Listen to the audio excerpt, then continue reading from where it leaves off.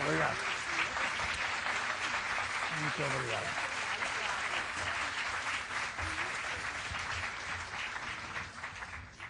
Muito obrigado.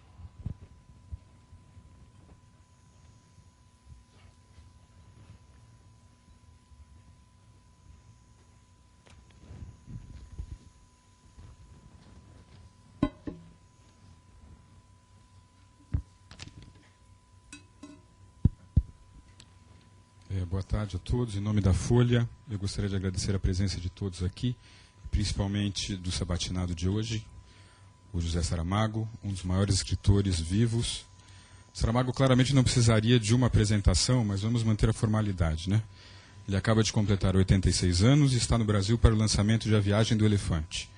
O único escritor de língua portuguesa a receber o Prêmio Nobel de Literatura, escreveu romances, poesia, peças de teatro e memórias. Para sabatiná-lo, teremos aqui a Silvia Colombo, que é a repórter especial do caderno da Ilustrada da Folha, o Manuel da Costa Pinto, que é colunista da Ilustrada e editor dos programas Entre Linhas e Letra Livre da TV Cultura, e também o professor Luiz Costa Lima, que é professor titular de Literatura Comparada na PUC do Rio de Janeiro e colunista do Mais. Essa sabatina será um pouco mais curta do que as que a gente tem feito, vai ser de 1h30, o que nos obriga a limitar um pouco o número de perguntas da plateia, o que eu peço de antemão desculpas. Mas quem quiser fazer pergunta, elas devem ser feitas por escrito e entregue para as recepcionistas. Também por um problema de agenda do Saramago, não haverá autógrafos depois da sabatina. Saramago, de novo, muito obrigado pela presença.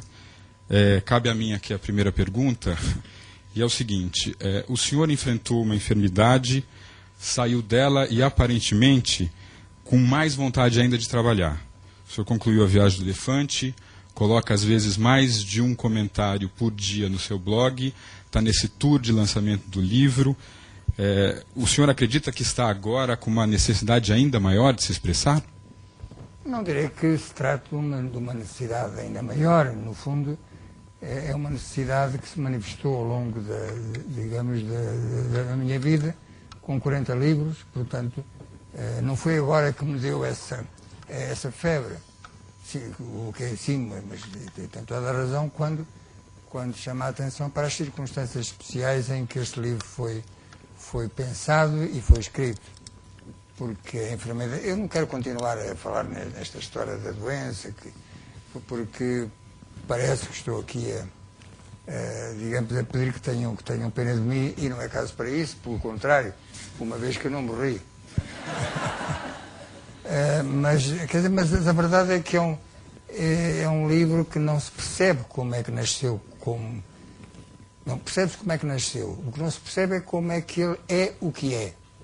Porque, tendo sido concebido e escrito, começado a escrever, depois interrompido durante 6 meses ou mais, quando entrei, digamos, na fase crítica dessa doença, saí dela num estado de debilidade incrível, porque, enfim, eu nunca fui gordo, sempre tive esta figura, mas entre o hospital e não hospital, eu perdi 20 quilos, quase 20 quilos.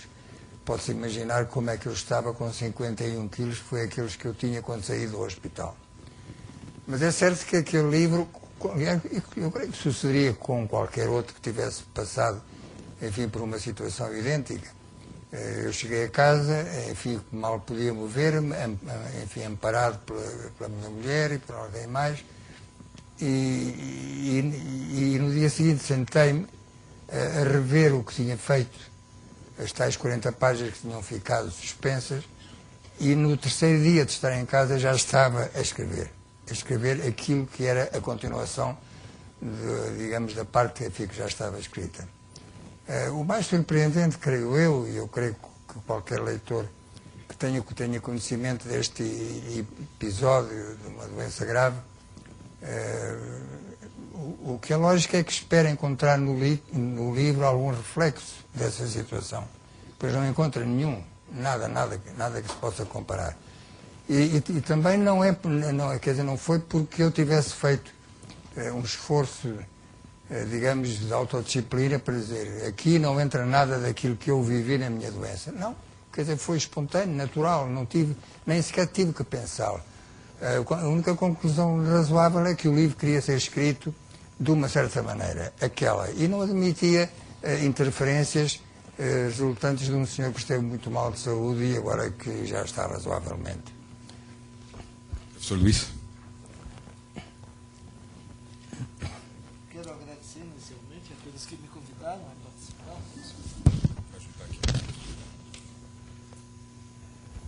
Quero inicialmente agradecer àqueles que me convidaram a participar dessa mesa redonda, desse conjunto de perguntas. Procurarei fazê-la mais curta possível. É sabido que a literatura não tem hoje em dia mais o prestígio sociocultural que teve até, digamos, meados do século XX.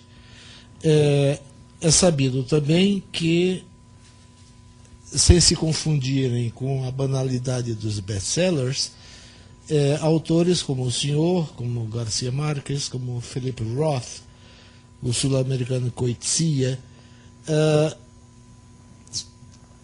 têm obras, suas obras, têm um grande público assegurado. Como o senhor explicaria esse fenômeno? Não é fácil, não é realmente fácil, porque é certo que até aos anos 50 do século passado, enfim, digamos, havia uma constelação de grandes escritores, sobretudo na Europa, que de facto davam uma imagem talvez que não correspondesse inteiramente à realidade. Esses grandes escritores eram de facto grandes figuras intelectuais, não eram, nem nunca foram, produto de um marketing orientado na promoção daquilo que eles faziam, mas temos que reconhecer que, enfim, que os leitores não eram muitos. Mesmo para essa gente, os leitores não eram muitos. Eram aquilo que veio a chamar-se mais tarde, eu não gosto nada desta expressão, mas no fundo eram os escritores de culto.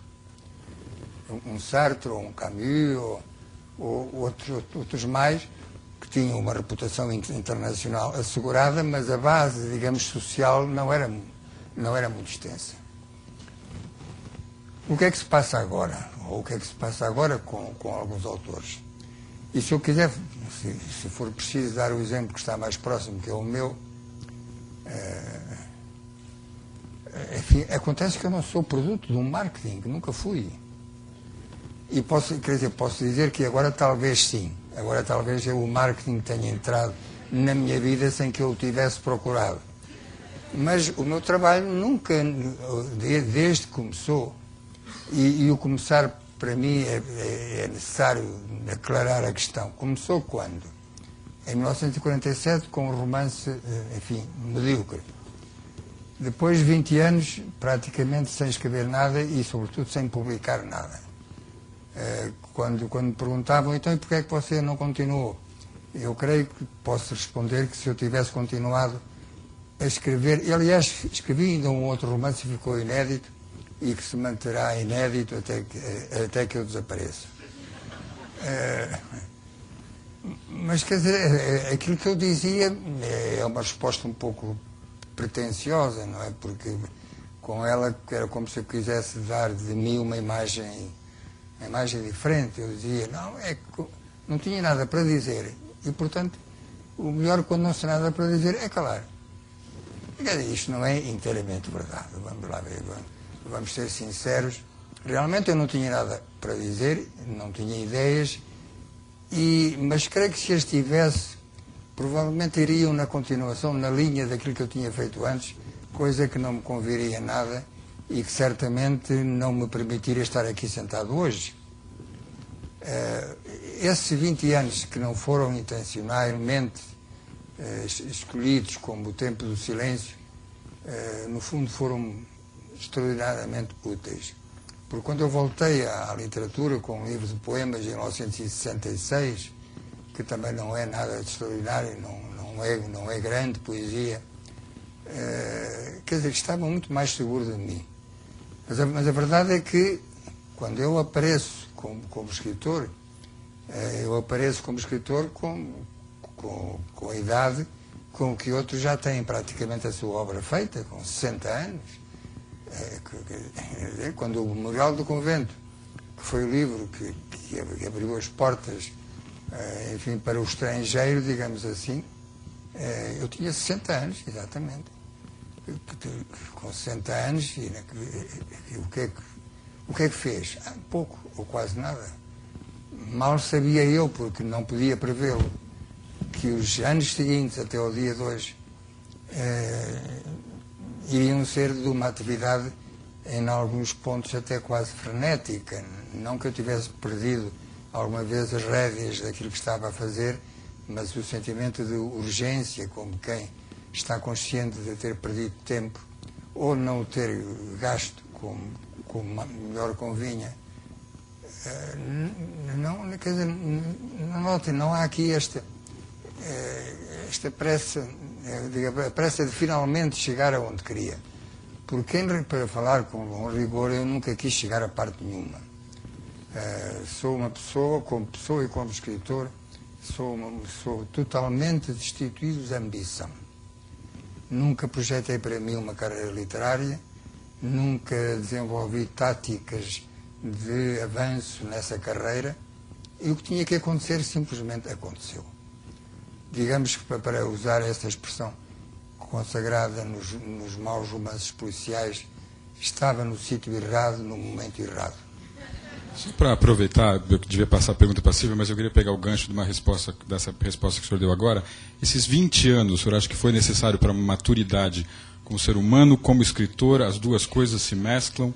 O que aconteceu nesses 20 anos que o senhor acha que o tirou desse escritor, que o senhor mesmo disse que não merecia tal valor, e para um escritor de primeiro time?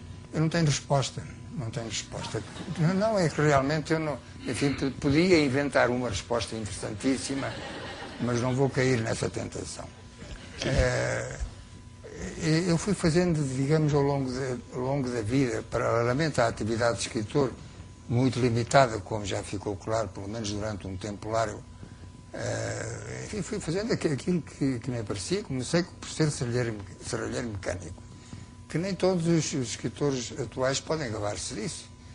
Mas eu posso gabar-me de que, enfim, eu trabalhei com o fato de macaco azul debaixo de um carro, digamos, ou com as tripas do carro à vista, resolvendo os problemas dos motores, substituindo as juntas, rodando, essas coisas todas que antigamente se faziam e já não se fazem, porque agora um automóvel é uma espécie de microscópio, ninguém sabe o que é que se passa lá dentro. Ora, maturação, sim, claro. O simples facto de ir vivendo, de estar vivendo, mesmo que a pessoa não tenha ideias claras para que se vai servir esse amadurecimento, vai amadurecendo. O que acontece, talvez, que ajuda a explicar isto, é que eu sempre fui um grande leitor. Agora sou muito menos, mas sempre fui um grande leitor.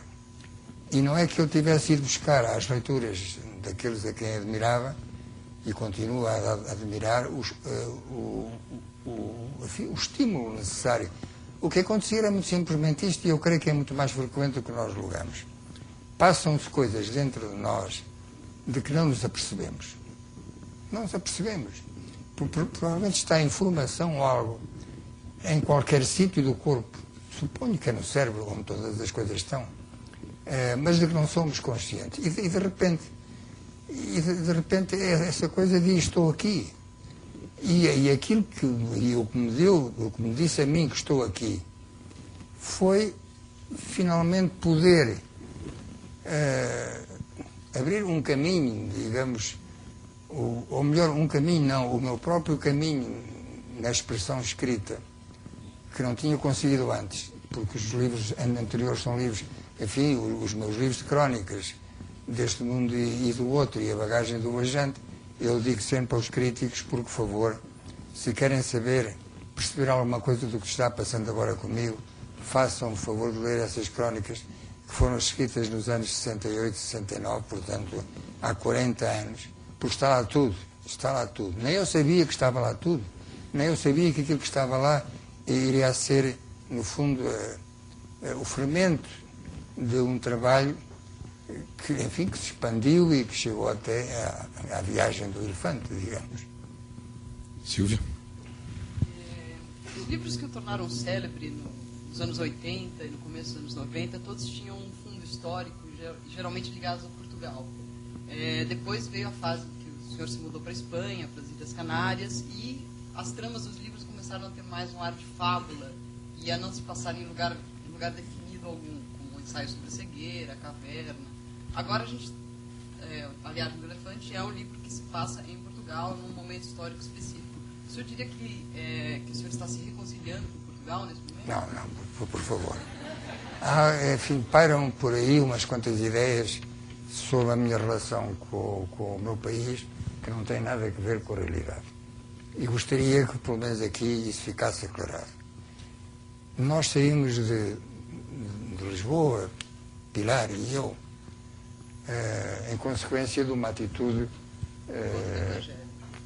enfim, do governo, não do país, nem da população do país, do governo, que foi não autorizar a apresentação do livro ao Prémio Literário Europeu, que creio que, entretanto, já acabou. E parece muito bem que tenha acabado.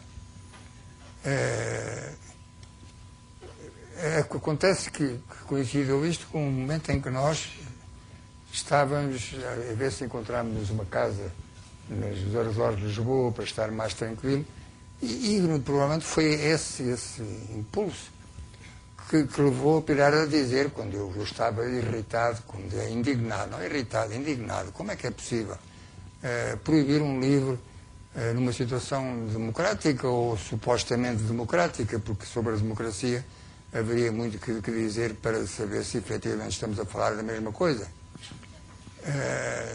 E ela tem esta ideia, que nós tínhamos estado 2 anos antes em Lanzarote, onde uma irmã da Pilar vive com os seus, enfim, com a sua família, e gostámos da ilha, mas naquele momento enfim, era uma ilha a mais que ficávamos a conhecer. E quando ela tem esta ideia, se nós fizéssemos uma casa em Lanzarote, tu estás tão triste, tão desgostoso com tudo isto,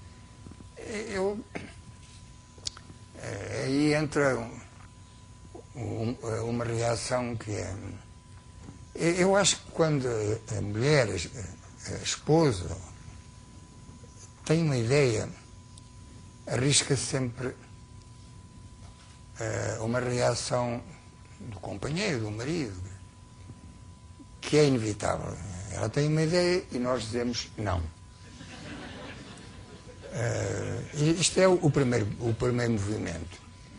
Passados 2 dias, manifesta-se um outro movimento que diz: olha, essa ideia que tu tiveste não é assim tão má, vamos pensar nisso. Há um terceiro movimento, que esse aí eu não cairia nunca, que é quando o macho, para usar agora esta palavra, tenta apropriar-se da ideia para apresentá-la como sua própria. Não, aí eu não cheguei. E a verdade é que fomos para Lanzarote, mantendo casa em Lisboa, isto é deixar ficar claro, pagando os impostos em Portugal, o que parece que é um elemento que há que levar em conta.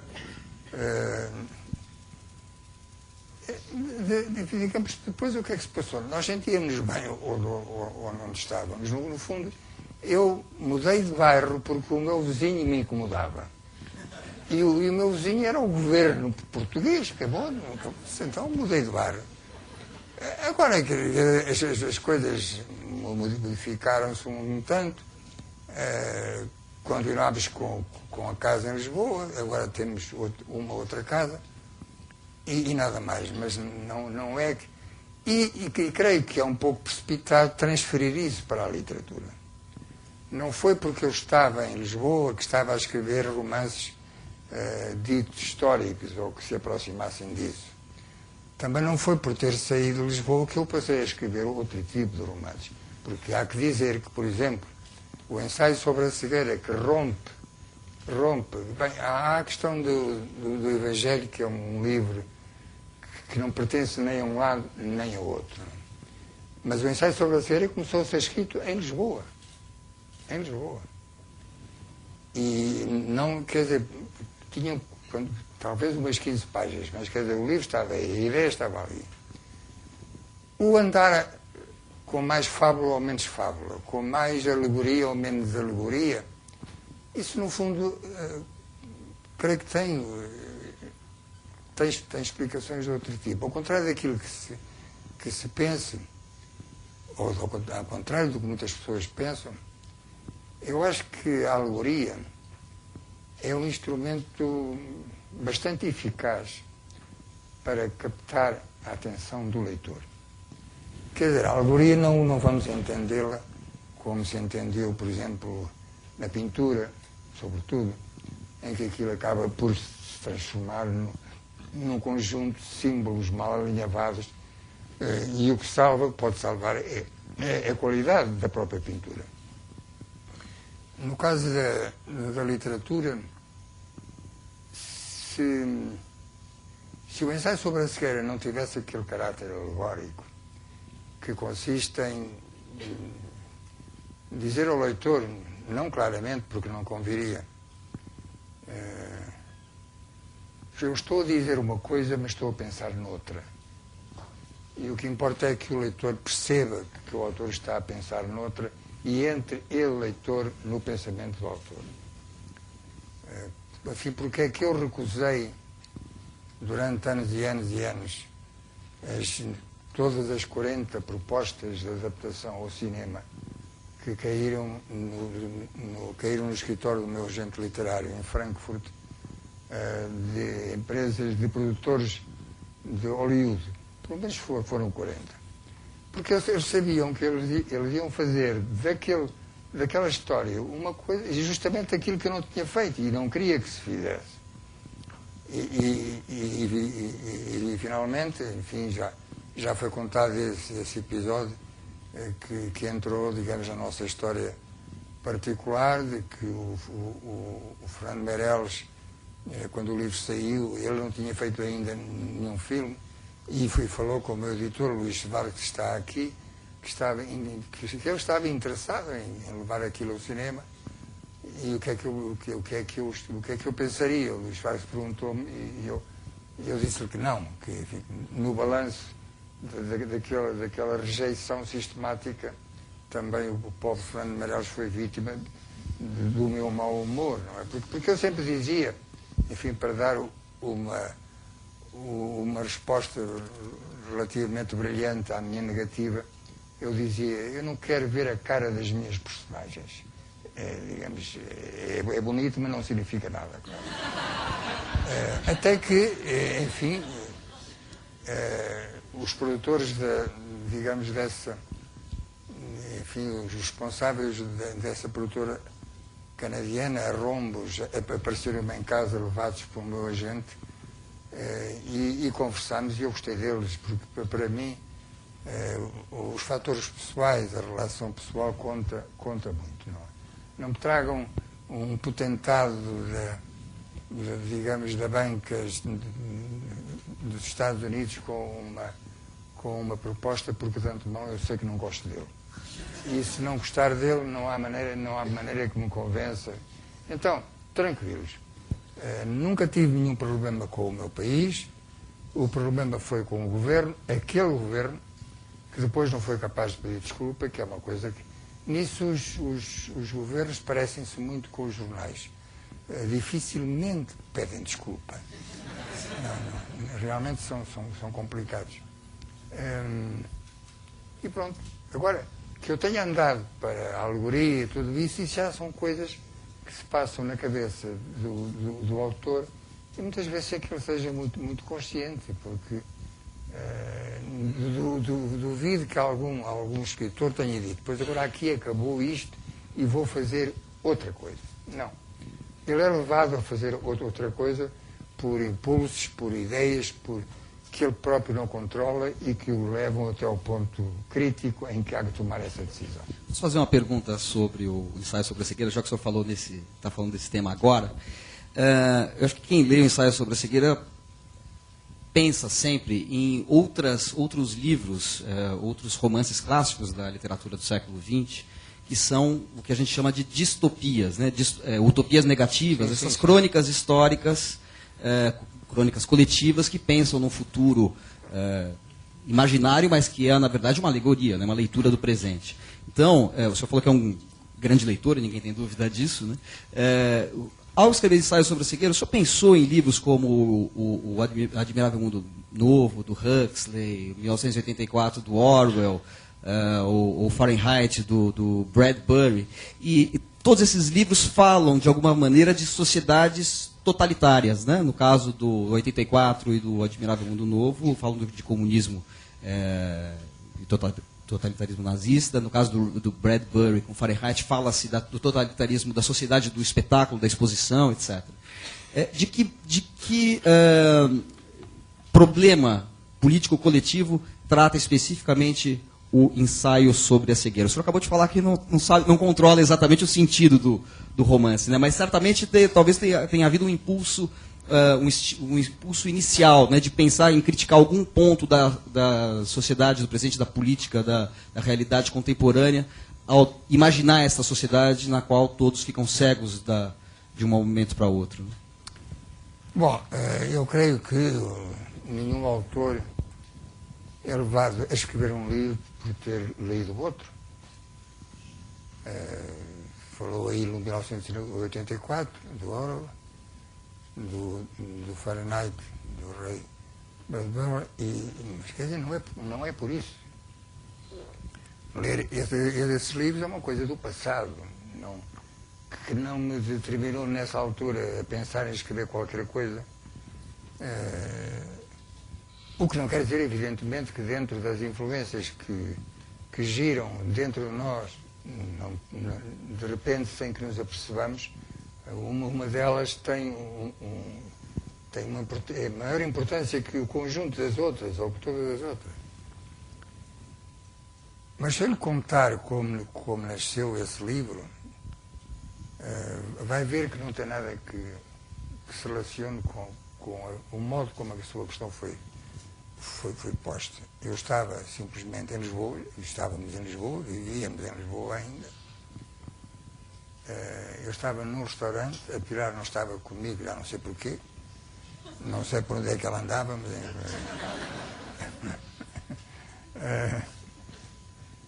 eu estava sentado, tinha pedido o prato que queria, é um restaurante onde íamos muito, era quase uma espécie, era a nossa casa de jantar, digamos assim, e de repente passa-me na cabeça esta pergunta: e se nós fôssemos todos cegos? Podia ter ficado assim, mas acontece que eu dei imediatamente a resposta. Mas nós estamos todos cegos. Portanto, não tem que ver com qualquer facto da vida moderna, atual ou pretérita que me tenha conduzido naquela direção. A cegueira, essa que se chamou a cegueira branca, a que eu chamei a cegueira branca, coisa que causa um certo desconcerto em alguns leitores que creem que a cegueira, por ser cegueira, é negra, quando o ser cego é simplesmente não ver.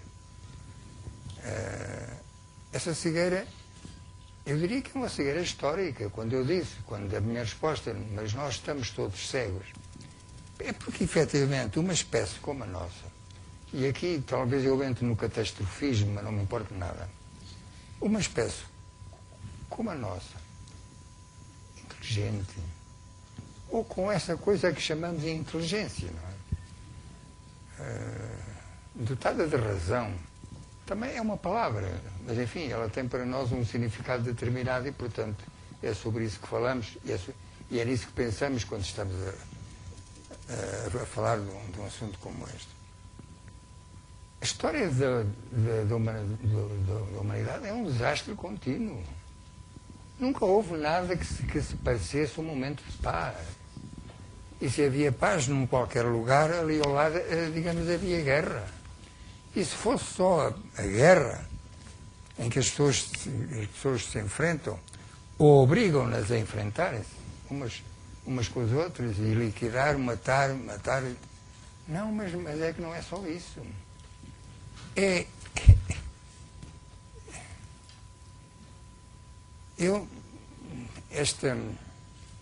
Esta raiva, porque no fundo em mim é uma espécie de raiva que às vezes incontida, como é este caso, como é neste momento, levou-me a dizer esta coisa que talvez as pessoas não concordem comigo, é que nós não merecemos a vida. Não a merecemos. Quer dizer, não se percebeu ainda que o instinto serve melhor os animais do que a razão serve o homem. O instinto é admirável.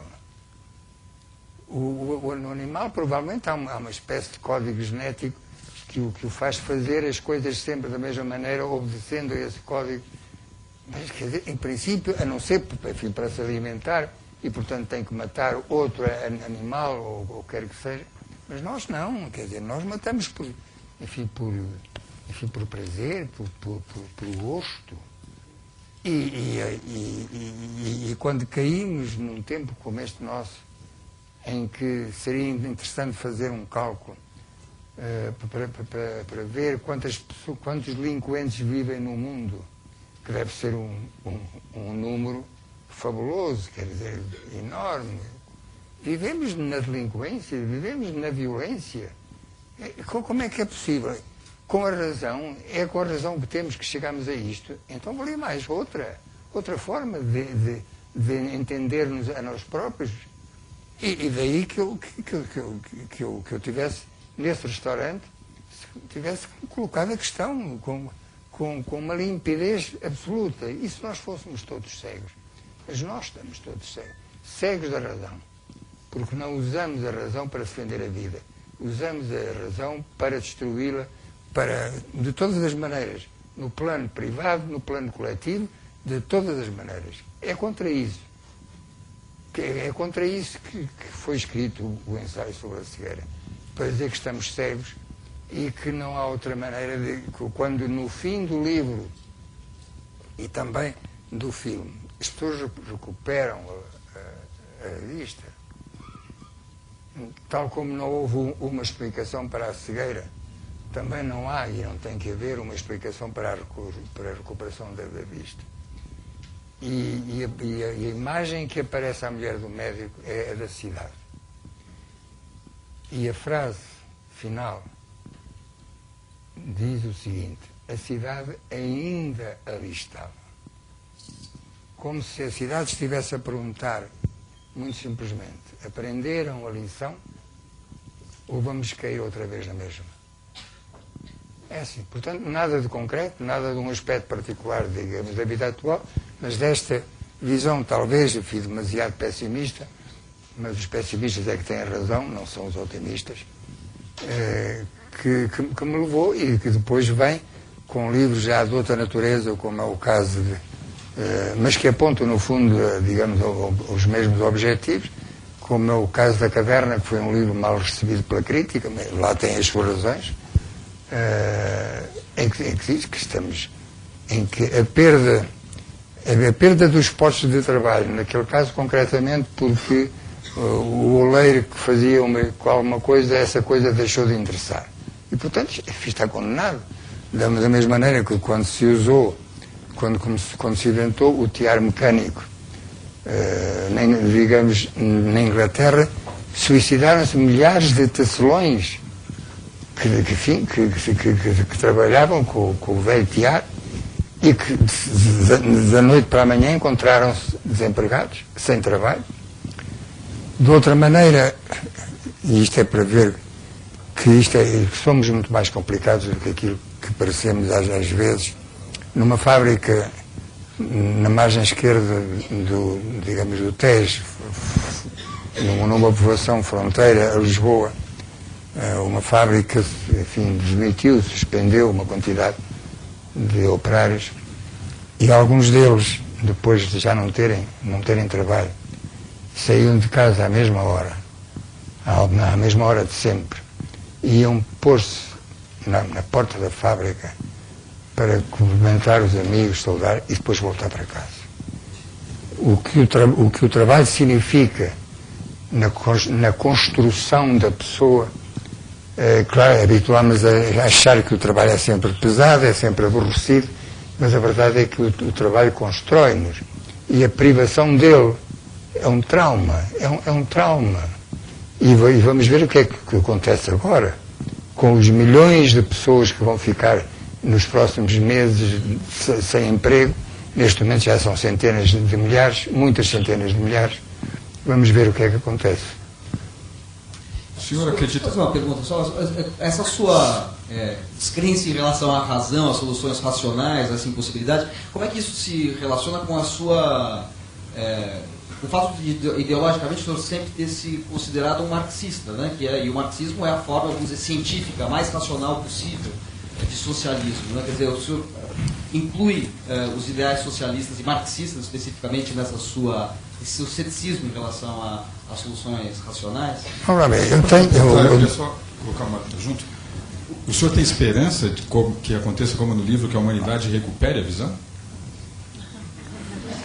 Eu não tenho que ter esperanças. Eu sou simplesmente uma espécie de notário que registra o que está a acontecer. No escrito notarial não há futurologia. O notário diz o que está a acontecer e nada mais. Quer dizer, enfim, há realmente escritores que, por vocação ou por interesse, decidem anunciar, enfim, para o futuro, enfim, o paraíso, mediante umas certas regras de conduta, qualquer coisa assim. Toda a gente sabe de quem é que eu falo.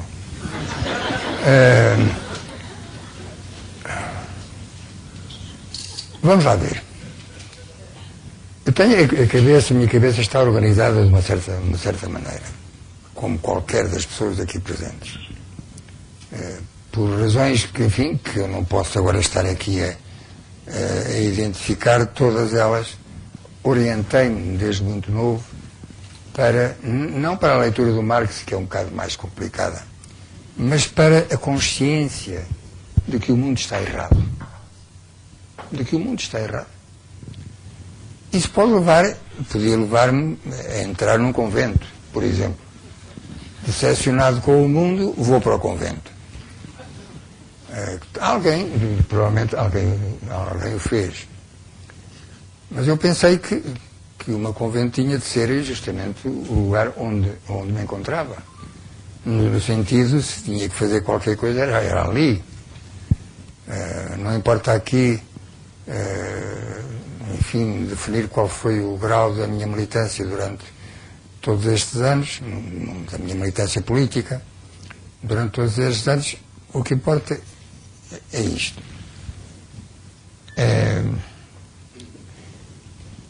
Como não é nada fácil dar uma explicação de porque é que se pensa assim e não de outra maneira, embora eu já tivesse dito que realmente o mundo está errado e haveria que fazer qualquer coisa para modificá-lo.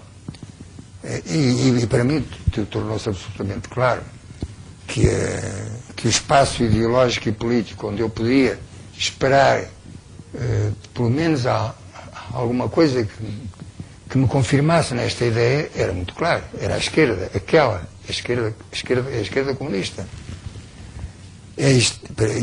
Para aí fui e aí estou.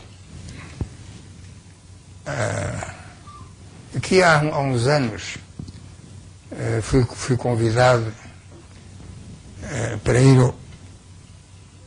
ao programa do Bernard Pivot, o homem do Beyond Culture e de outras coisas. E claro, havia mais uns convidados e a pergunta inevitável apareceu. E é formulada sempre praticamente dessa maneira. Porquê é que você, depois digamos, da queda da União Soviética, do derrubamento do muro de Berlim, dos processos de Moscou, da invasão da Hungria, tudo isso, porque é que você continua a ser comunista? Claro, eu podia responder, perguntar à pessoa se ela era católica. Provavelmente diziam que sim. Ou de qualquer forma, ou de qualquer das igrejas cristãs. E eu teria de perguntar-lhe, para seguir na mesma linha, depois da Inquisição, como é que você continua a acreditar? Mas não. Naquele momento nasceu-me uma outra resposta. E disse, sabe que eu sou aquilo que se poderia chamar um comunista hormonal. Hormonal. Olha, para mim, o que é que isso quer dizer?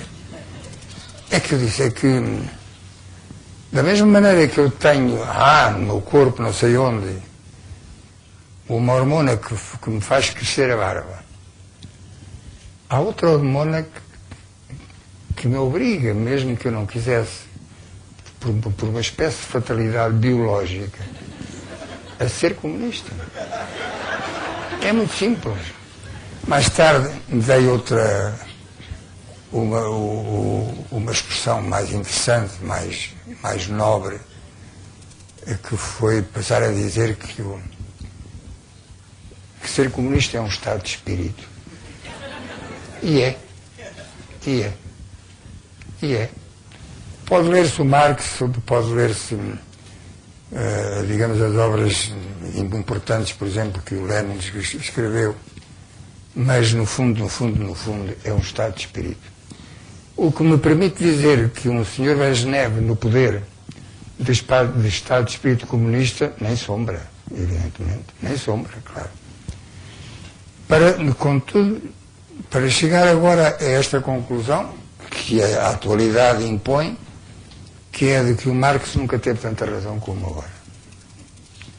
E parece que isso está a ser sentido, pelo menos na Europa, onde se reeditam e se vendem muito bem as obras de Marx. Não vamos imaginar agora metade da população europeia a ler o Capital, que é um bocado duro de ler, realmente. Eu podia ter feito aquilo um resumo ao alcance de todas as inteligências, não é? Mas não fez. Mas o que é o mais importante não é tanto isso, é a importância que estão a dar a esta espécie de ressurreição dos escritos de Marx, revistas nada suspeitas de revolucionária, como é o caso do Magazine Littéraire em França, ter ocupado um número com estudos, análises sobre. Quer dizer, o homem não morreu, ao contrário daquilo que já se tinha dito não sei quantas vezes, o homem não morreu. E aqueles que creem que ele tem razão, depois sentem-se reconfortados, ou melhor, nem sequer nos sentimos reconfortados, porque se o que confirma as teorias e as ideias do Marx é o desastre a que chegámos, enfim, valia mais que não tivéssemos chegado. Porque isto vai ser duro durante 2 ou 3 anos e vai deixar as economias de rastos, a célebre chamada classe média acabou, ou melhor, está em processo de desagregação. E há muita gente que ainda há 2 anos ou 3 ou 4 podia dizer que pertence à classe média e agora já está na classe média baixa ou na classe já a entrar na pobreza. E isto não acabou, vai continuar. Já se falava-se em 2 anos, agora já se fala em 3, que a recuperação não começará antes de 3 anos. Digam-me lá se o Marx teve razão ou não teve razão. Aproveitando que a gente está no campo da política, o senhor se disse feliz com a eleição do Obama nos Estados Unidos. Diante dos nomes que já foram anunciados para o gabinete dele, o senhor continua com esperanças de que ele vá fazer um governo realmente diferente e talvez atender aquilo que o senhor pediu, que era fechamento de Guantánamo, o fim do bloqueio a Cuba, uma luta a favor dos palestinos na questão com Israel? Eu não sei o que é que vai passar. Uma vez mais, tenho de dizer que não sei o que é que vai passar. Mas por aquilo que eu pude depreender do que li e do que vi sobre a personalidade do Obama, que parece uma pessoa... É uma pessoa que está na linha, até fisicamente, na linha do Rodrigo Zapatero de Espanha. O Rodrigo Zapatero chamavam-lhe Bambi ao princípio, porque não era tomado a sério, simplesmente não o tomavam a sério. E ele mostrou ao longo de 2 legislaturas ou 3 que estava à altura da responsabilidade. Com o Obama, o que é que eu penso que vai passar-se? Uma de 2 coisas. Ou os seus assessores, e não só assessores, como secretários de Estado disto e daquilo e daquilo outro, vão fazer os seus jogos pessoais e inclusive acatando estratégias que não são aquelas que convêm aos Estados Unidos, a coisa acabará mal. Mas pode ser que o Obama, com toda aquela suavidade, aquele discurso aparentemente retórico, mas é simplesmente um discurso inteligente, mantenha disciplinados digamos, possa conter as veleidades independentistas que caracterizam que cada pessoa que está colocada em funções de ministro. Eles são os ministros dos ministros disto e daquilo e do outro, incluindo a da senhora Hillary Clinton, que já era tempo de adotar o seu autêntico apelido e não andar atrelada o apelido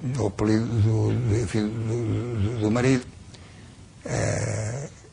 Eu sou capaz de apostar que o Obama vai aguentar, enfim, a navegação que vai começar daqui por umas quantas semanas e que vai manter na ordem todos aqueles senhores cujo passado tem as suas sombras, enfim, quem é que eles não têm? Creio que sim. Silvio. E se não for assim, é uma decepção mais. Quer dizer, quando nós não andávamos aqui, ou não andaram, eu não, mas não andaram muitos, quando apareceu o Tony Blair para dizer agora que finalmente chegou o político, até falava-se na terceira via, não é? Se encontra uma via que não existia, nem sequer existe, é simplesmente uma falsa chave que não abre nenhuma porta, como não abriu. No começo do ano que vem, Brasil, Portugal e alguns países da África de língua portuguesa vão adotar um novo acordo ortográfico. O senhor, a princípio, esteve um pouco cético com relação a ele e agora o apoia. Gostaria de saber por quê, enfim, que consequências terá. Não, quer dizer, o porquê, enfim, vocês sempre querem saber o porquê das coisas. Jornalista. Pois. Ao princípio não me parecia necessário. E sonhava com esta hipótese, que depois se mostrou pouco praticável, de que cada um fosse por seu caminho e logo veríamos onde é que chegávamos.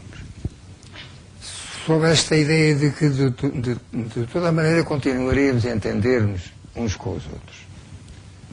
Mas o problema aqui não era tanto o entendimento mais fácil ou menos fácil que pudesse resultar da manutenção das características linguísticas e sobretudo formais do ponto de vista formal de cada uma das formas de expressar-se em português que existem neste momento.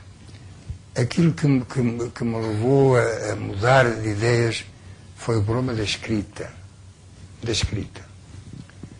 Se o português quer ganhar influência no mundo, tem de apresentar-se com uma grafia única.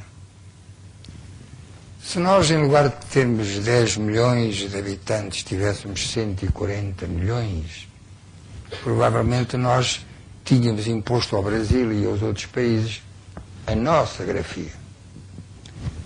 Enfim, facilitando algumas mudanças para deixar toda a gente contente.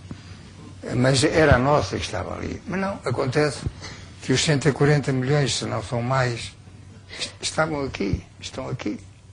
E que o Brasil tem no conceito internacional uma presença que nós não temos, servida por muita coisa, pelo seu próprio desenvolvimento económico, pela sua própria situação, digamos, estratégica do ponto de vista comercial e do ponto de vista que não é o caso. E no plano do ensino, quer dizer, aquilo que se ensina salvo aquelas pequenas ilhas onde ainda os leitores de português que vão fazendo o seu trabalho, às vezes com muitas dificuldades, com muitos problemas, as pequenas ilhas em que o português é o português de Portugal. Fora isso, todo o resto do espaço, que já não é ilha, mas continente, está ocupado pela norma brasileira.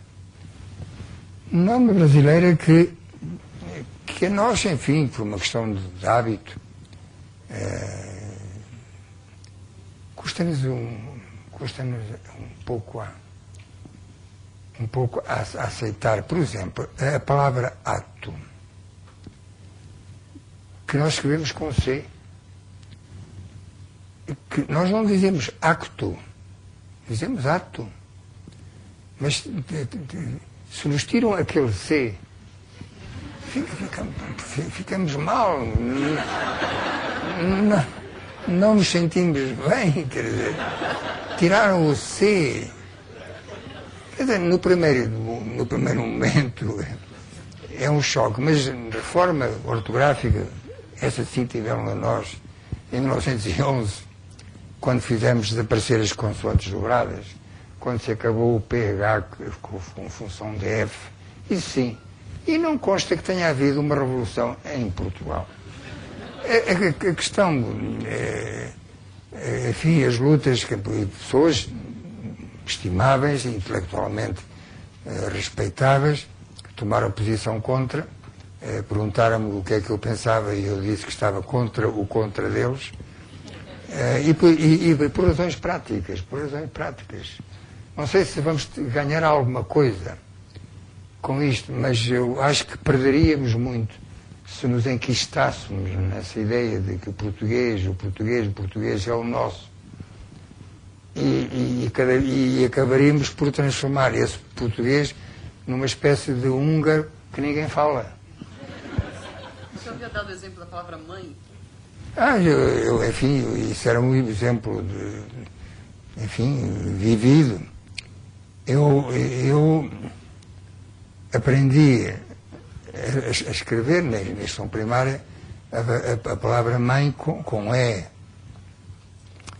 final. Depois veio uma reforma ortográfica, claro, que mandou que a palavra mãe se deveria escrever com I. E eu mudei, claro. E mais tarde veio outra que reconduziu tudo à primeira coisa, à primeira forma. E passamos a escrever com E. E que importância tem? A mãe era a mesma. Não mudava pelo facto de se escrever com I ou com E. Não dramatizemos as coisas. Já temos tantos motivos, enfim, para encarar-nos com o dramatismo da situação do mundo enfim, das pessoas. Para agora a discutir por causa de um I ou de um E. E outro dia, lendo um dos jornais daqui, ele dava uns quantos exemplos de mudanças. Mas, curiosamente, todas elas eram para aproximar o português do Brasil do português de Portugal. E eu fiquei muito contente, fiquei muito orgulhoso.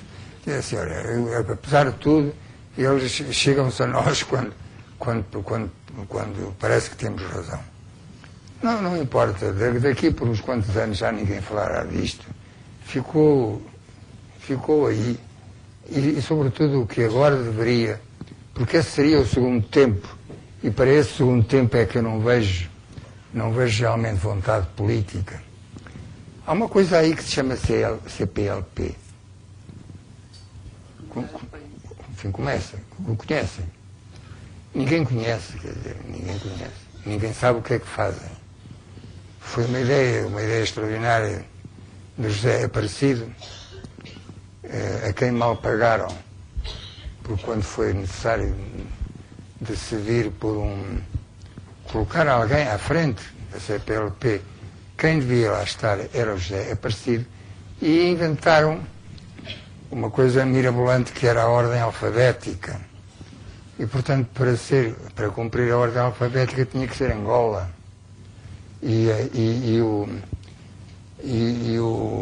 O tempo em que efetivamente esteve como secretário-geral daquilo, um angolano, foi um desastre. Quer dizer, ele não entendia o que é que a CPLP devia fazer e foi um desastre. E ao longo de todo este tempo, é um cadáver que se move de vez em quando para dar sinal de que ainda está vivo. Agora, o que era importante, quando me deram o prémio Camões, na entrega do prémio em Brasília, eu levei um discurso cheio de boas intenções, boas intenções não, mas cheio de ingenuidade, em que eu apelava ao presidente Fernando Henrique Cardoso para olhar para o estado em que a língua portuguesa se encontrava e encontra, e que fizesse ele, em conjunto com os responsáveis dos restantes países, alguma coisa para que o português fosse dignamente ensinado e dignamente aprendido. Não aconteceu nada. Passaram uma quantidade de anos e não aconteceu nada. Portanto, este acordo ortográfico podia ser o trampolim para trabalhos conjuntos, porque eu sempre disse, e fora desta questão do idioma, entre Portugal e o Brasil só há uma maneira de levar as coisas: interesses comuns e trabalho comum. Em que é que os interesses de um país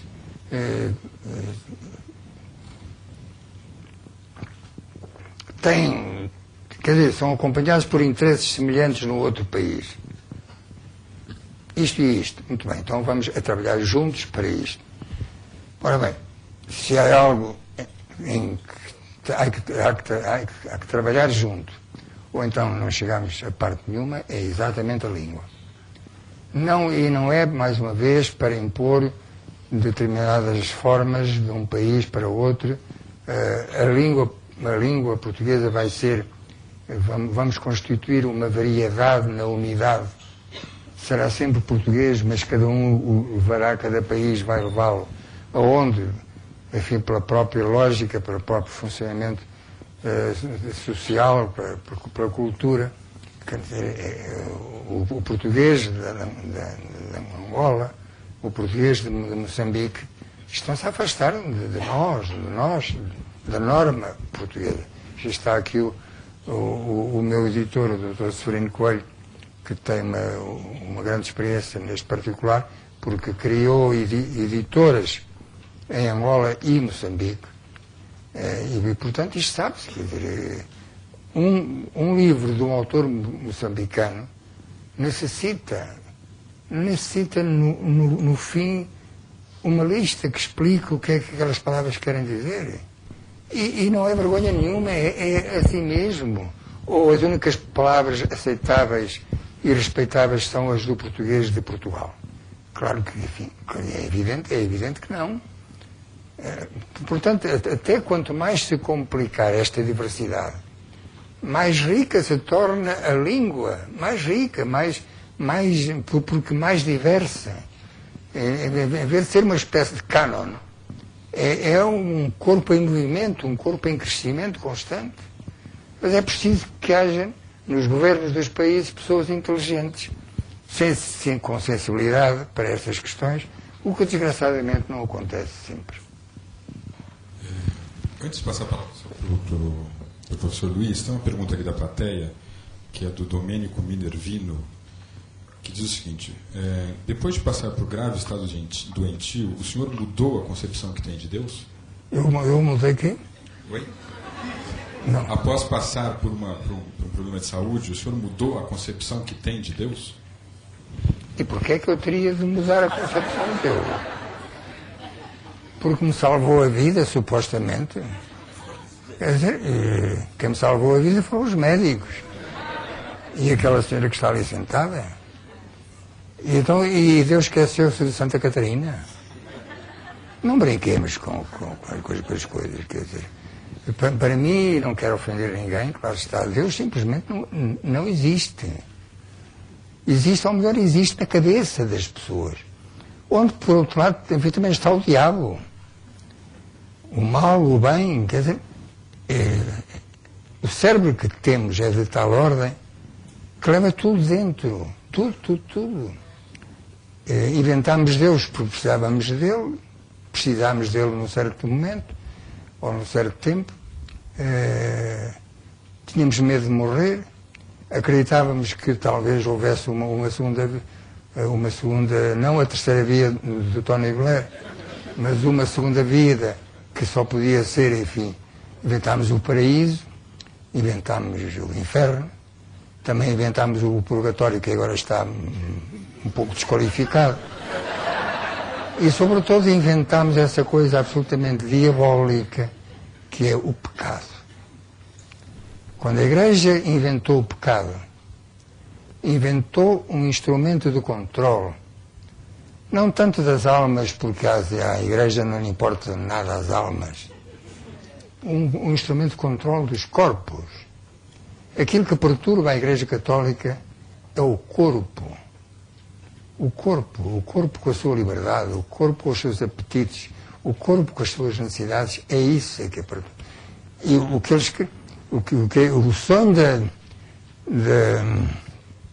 o sonho da Igreja sempre ha sido transformá-los em eunucos. Quer dizer, os homens, as mulheres não podem ser eunucas, claro está. Enfim, transformá-los em eunucos. Simplesmente o que acontece é que a frequência das igrejas diminui com uma velocidade impressionante, eles não sabem o que é onde fazer, digamos, aos seus sacrossantos e benditos dogmas, e a igreja está em crise. Precisamos de Deus, mas precisamos de Deus para quê? Quer dizer, nunca ouvimos. Tudo aquilo que se diz que é dele foi escrito por pessoas. A Bíblia levou 2000 anos a ser escrita. Foi escrita ao longo de 2000 anos. E a Bíblia não é um livro que se possa deixar nas mãos de um adolescente. Aquilo só tem maus conselhos. Assassínios, incestos. Aquilo é um desastre. Não é? Mas é. Professor Luiz. Uma pergunta rápida, porque eu sei que nós temos pouco tempo. Eu me pergunto sempre, quer dizer, em relação aos escritores, especialmente em relação ao senhor agora, que papel o senhor crê que suas obras desempenham em relação a seus leitores? Ou o leitor não importa? Vamos lá ver. O leitor importa depois. Não importa nada enquanto se escreve. Porque não se está a escrever para um leitor tipo, nem está a pensar-se num conjunto de leitores que se definiria particularmente por isto ou por aquilo. Não. O livro está a ser escrito simplesmente porque o autor o quer escrever, nada mais.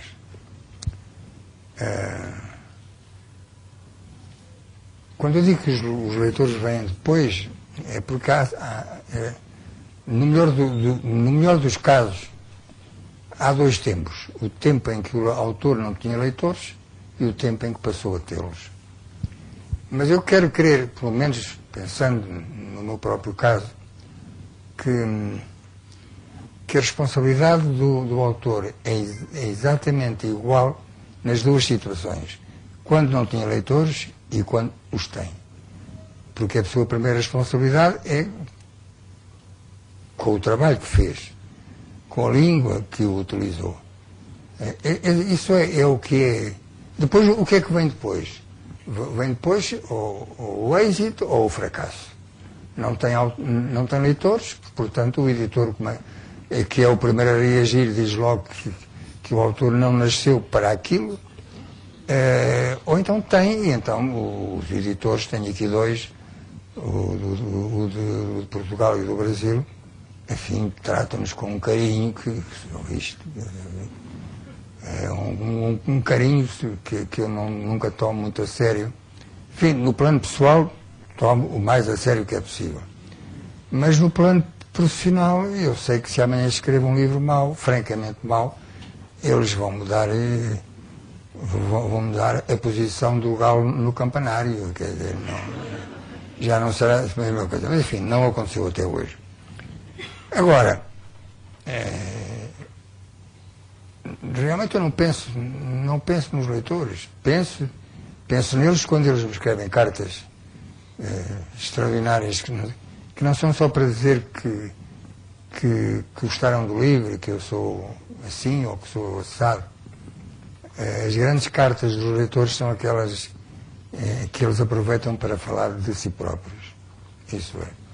Às vezes digo, mas não sou acompanhado nisto, não. Ainda não me apercebi que os dois editores que estejam aqui se decidam a tomar isto a sério um dia. As obras de um escritor nunca não estarão completas enquanto não forem publicadas um volume ou dois, ou o que for necessário, de cartas representativas dos seus leitores. Fala-se muito da teoria da recepção e muita conversa académica ao redor, digamos, desse tema, e de outros, como o do narrador, o narratário, o narrador implícito. Armaram uma selva por onde é difícil penetrar, quer dizer, eles é que têm as bússolas, e se a gente ousa dizer qualquer coisa, cai-nos em cima, evidentemente. Quer dizer, pensar nisso. Vamos lá. É claro que esta coisa de escrever ou o autor é um fenómeno recente. Ninguém escreveu cartas ao Luís de Camões, nem sequer ao Machado de Assis. Ninguém escreveu cartas de leitores. Compravam, liam, punham, arrumavam na estante e acabou. Mas agora esta situação de comunicação múltipla em que vivemos, orientada em todas as direções, faz com que os leitores sintam essa necessidade. Ora, essas cartas ensinariam muito aos críticos e aos teóricos, porque são cartas, muitas vezes, muito bem escritas, muito bem organizadas e falando de coisas muito sérias, que são aquelas que importam às pessoas que as escrevem. E eles vão além do livro. O livro ficou arrumado ao princípio da carta em 3 linhas. Li o seu livro, tal, e não sei o que, gostei muito ou não gostei nada, e depois começa ele a falar de si próprio. Porque é que leu o livro, em condições, o que é que... Enfim, todas essas coisas. Os editores eu recomendaria, na medida do possível, reunir cartas dos leitores para pô-las ao lado, esses volumes ao lado da própria obra do autor em causa. Eu queria fazer uma observação. O senhor falou em teoria da recepção, estética da recepção, né? Está ao lado do maior especialista disso no Brasil, né? O professor Luiz Costa Lima foi praticamente quem introduziu a estética da recepção no Brasil. E a esse respeito eu queria fazer uma pergunta. Eu lembro de ter lido um ensaio seu, se não me engano, publicado em 97 na revista Ler, em que o senhor falava, ia contra uma distinção que a teoria literária, especificamente a estética da recepção, faz entre autor e narrador, né? Quer dizer, para o senhor não existe diferença entre essa... Quando o senhor escreve, o senhor cria um narrador fictício também ou não? Isso é uma expressão da sua uma expressão pessoal que não tem uma mediação, não tem uma figura intermediária aí de um narrador que narra, que conta a história? Não tem disso, mas tem talvez outra coisa. Uma obra de teatro é literatura, não? E é ficção. Onde está o narrador? Não tem. não tem narrador. Há pessoas que pretendem escapar a esta dificuldade dizendo que o narrador está na didascália. Aquela coisita, porta à esquerda, porta para o jardim, edredom ou não sei o quê, quer dizer, qualquer coisa assim. Não, isso não tem nada a ver. Não tem nada a ver. Tirem isso e a peça fica igual. Sem narrador. Essa ideia de que há um narrador, que eu não discuto, eu às vezes digo que o narrador é simplesmente uma personagem mais de uma história que não é a sua. Está ali, parece sim que está, eu não o vejo, nunca o vi. Continuo a pensar que o responsável, o culpado de tudo aquilo é o autor. É o autor. Mesmo que me pareça que... Porque há esta ideia, no fundo é uma espécie de precaução oratória. Como muitas vezes no livro que está a ser escrito aparecem opiniões, por exemplo, falando de opiniões, que é a forma mais sumária digamos, de tocar este ponto, e que essas opiniões não são do autor. Enfim, no jogo dramático que se estabeleceu ali, acontece que essas opiniões não são do autor. E então aparece, para solucionar o caso, o narrador.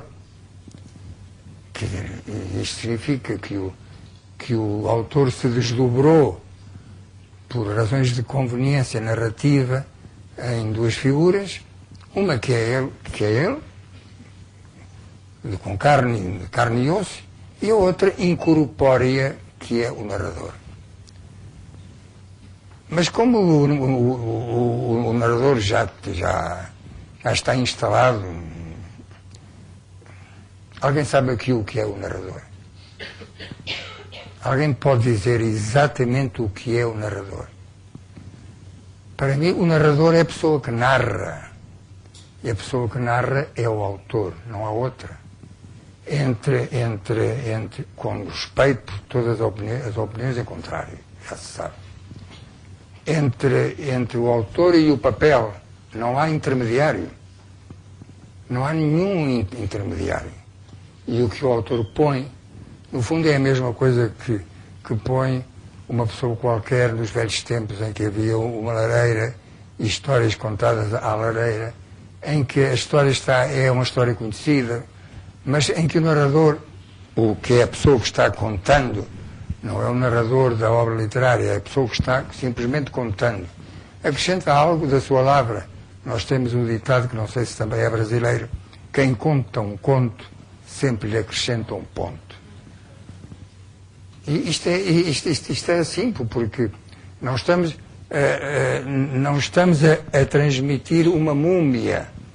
Estamos a transmitir um corpo linguístico que vibra e que, ao passar por mim, inevitavelmente eu tenho que lhe pôr alguma coisa quer dizer, não é para chegar a um estatuto de coautoria, não é isso, é que é inevitável. Eu pergunto-me, o que é que os estudos literários ganharam, efetivamente, com a entronização da figura do narrador? O que é que ganharam? A coisa antes estava muito simplesmente posta, é o autor. Quem é que fez isto? Foi o Victor Hugo. O que é que contou? Contou isto assim, assim. Mas depois aparece, não sei que realmente eu sou muito ignorante, e não é que gosto da minha ignorância, mas sinto-me bem não sabendo certas coisas. Francamente, posso dizê-lo assim. Porque eu sei que se estou a escrever e estou a pensar no narrador, fico bloqueado imediatamente. Então, eu tenho que dizer, isto é meu ou é do narrador?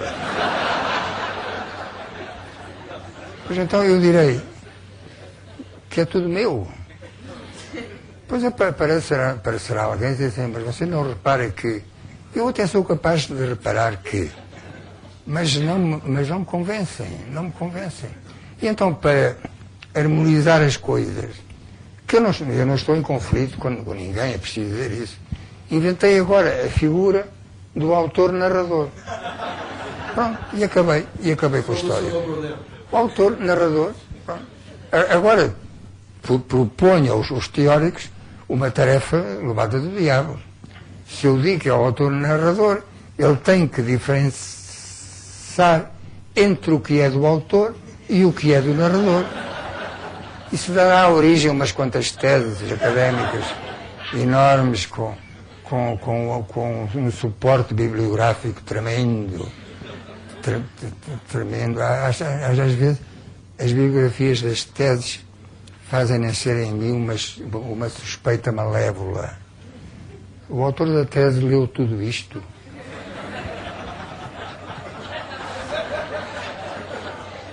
Estamos aqui quase no final, então eu vou fazer mais uma pergunta da plateia, que é: o que o senhor acha da literatura brasileira e se existe algum autor que o senhor admira excepcionalmente e alguém da atualidade também?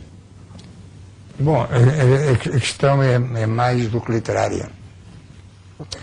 Porque houve um tempo,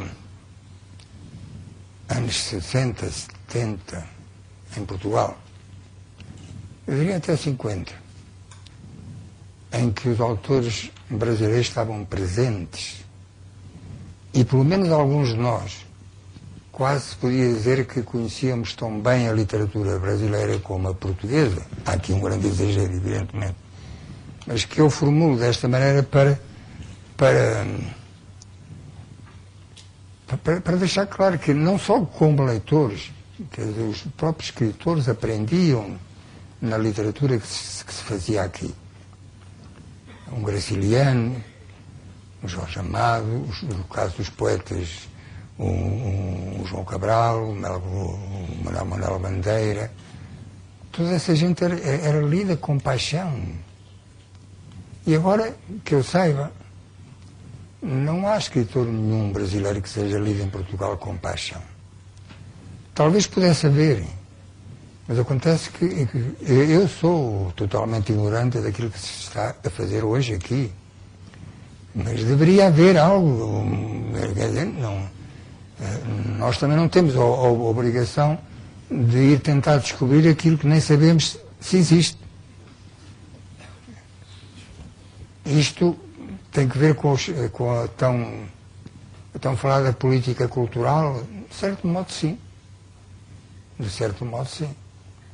Quando eu, na tal entrega do prémio Camões, pus o presidente Fernando Henrique Cardoso diante da obrigação de fazer qualquer coisa pela língua portuguesa, mas há uma coisa que se visse, que saísse do cotidiano, da burocracia do respectivo Ministério da Educação ou Ministério da Cultura, que saísse daí para o exterior, e o resultado foi nulo. Pois é isso que falta. Não é que quando me perguntam por escritores brasileiros, eu sinto muito, mas tenho que falar nos meus velhos, o Rubem Braga, por exemplo, um cronista como deve ter havido pouquíssimos neste mundo. Enfim, vou até o Raul Pompeia, com o Ateneu. Esses livros que eram emblemáticos. Quer dizer, a palavra emblemática é um pouco desagradável. Emblemático porquê? Mas, enfim, aquilo para nós representava a voz do Brasil. Os brasileiros eram aquilo literariamente. E agora não sei muito bem quem são. A culpa provavelmente é minha, porque não levei a curiosidade até ao ponto de poder dizer. O blog elogiou muito o livro do Chico Buarque, né, o Budapeste. O senhor no blog elogiou muito o livro Budapeste. O Budapeste é um grande livro. O Budapeste é um grande livro, que talvez não tenha tido aqui o acolhimento que lhe era devido. Eu sei que o Chico está a acabar um outro livro, que estou com muita curiosidade, porque quem escreveu o Budapeste não pode escrever nada, nem que seja uma linha abaixo. Essa é a responsabilidade que ele tem, mas eu penso que ele está à altura dela. Talvez porque o Chico Buarque é o cantor da banda.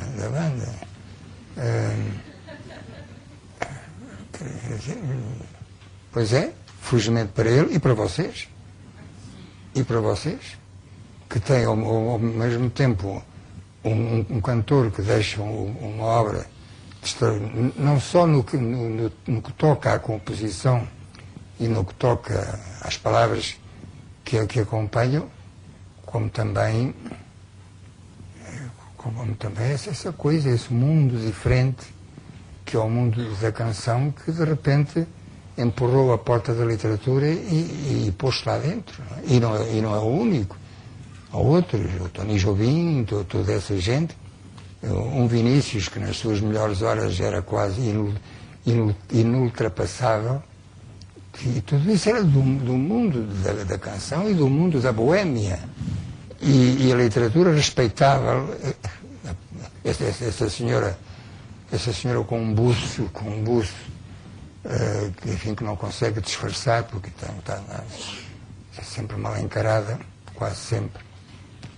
Eu tenho ajudado muito a essa parte mal encarada da literatura.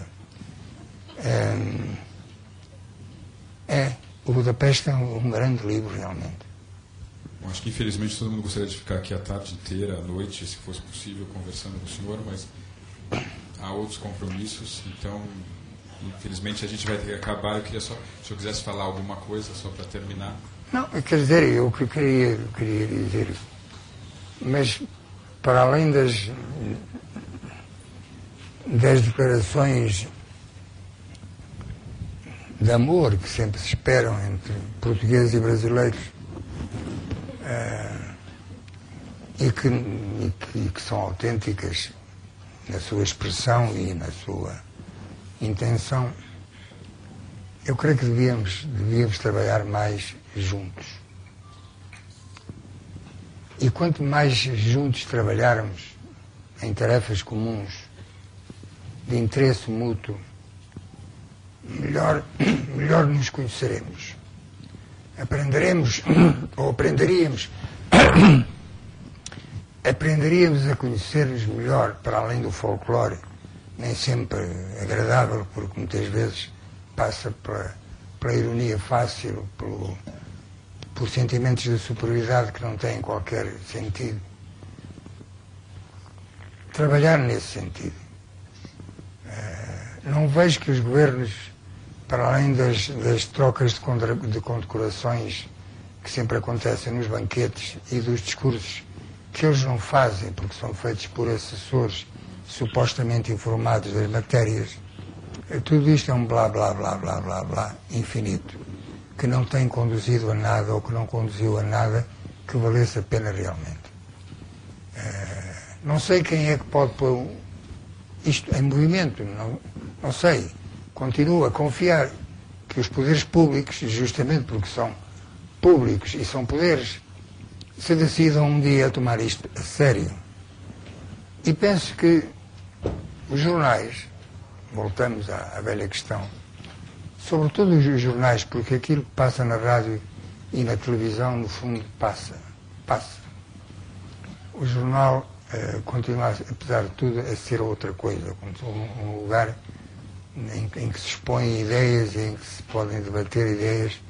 Se os jornais tomassem este assunto a sério e que se notasse todos os dias que o estavam a tomar a sério, talvez alguma coisa mudasse. Não seríamos mais bem recebidos aqui, os portugueses, e não precisariam vocês de pensar que iriam ser mais bem recebidos em Portugal. A questão não é essa. O bom recebimento está garantido. Não precisamos de justificações nem de explicações. É assim. Agora, volto a dizer, trabalho.